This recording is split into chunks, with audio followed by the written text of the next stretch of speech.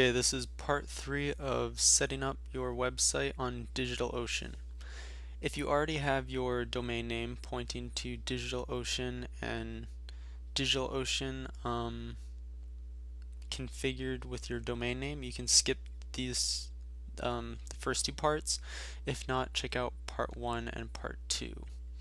This is part 3, which is setting up ServerPilot to actually upload or create uh, a website or a place for your website to be.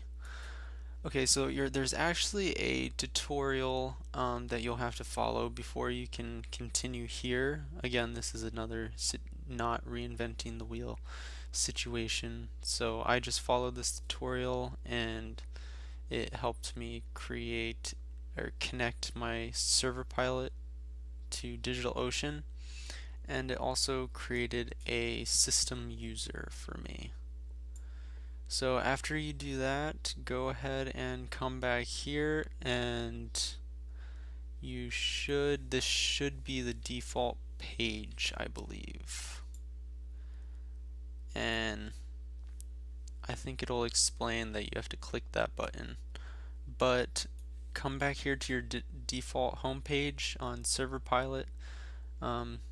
Click your DigitalOcean server. That's the name that you gave your DigitalOcean droplet. That'll take you to this page.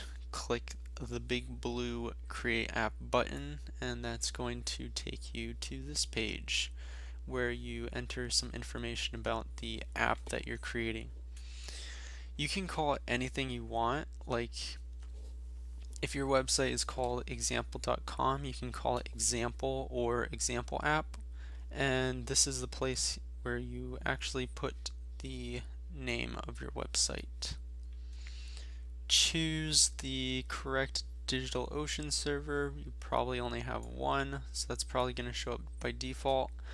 And this is the system user that also probably shows up by default when you did this tutorial up here. So after you do that, click Create App, and once you do that, it'll take you to this page, and you should be able to visit your website. Let me just show you an example of a website that I have not set up, and you should see something like that. I don't believe that you need access to your IP address, but that should have been sent to you in an email by DigitalOcean when you set up your droplet. Now, if you want to try pushing something to the server, I'll go ahead and include this command. If you're using a Mac, you can use rsync in the description. Just as quick warning, make sure that this is using a terminal, by the way. So congratulations. Once you set that up and stuff and you get used to it, here's a summary that you can follow, and have fun with your new fast website server.